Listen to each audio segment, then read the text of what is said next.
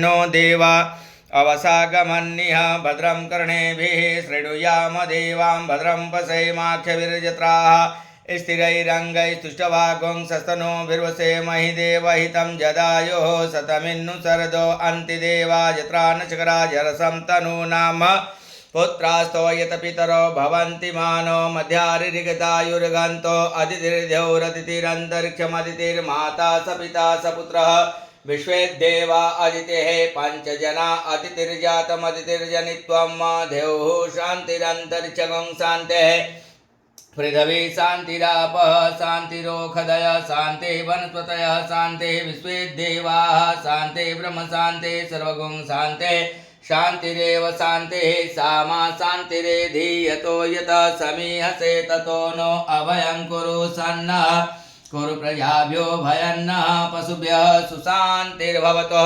श्रीमन्महागणाधिपतये नमः। लक्ष्मीनारायणाभ्यां नमः।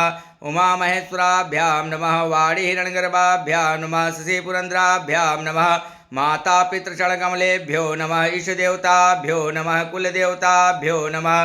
ग्रामदेवताभ्यो नमः। स्थानदेवताभ्यो नमः। वास्तुदेवताभ्यो नमः। सर्वेभ्यो देवेभ्यो नमः। सर्वेभ्यो ब्राह्मणेभ्यो नमः। सिद्धिबुद्धिसहिताय श्रीमन्महागणाधिपतये नमः।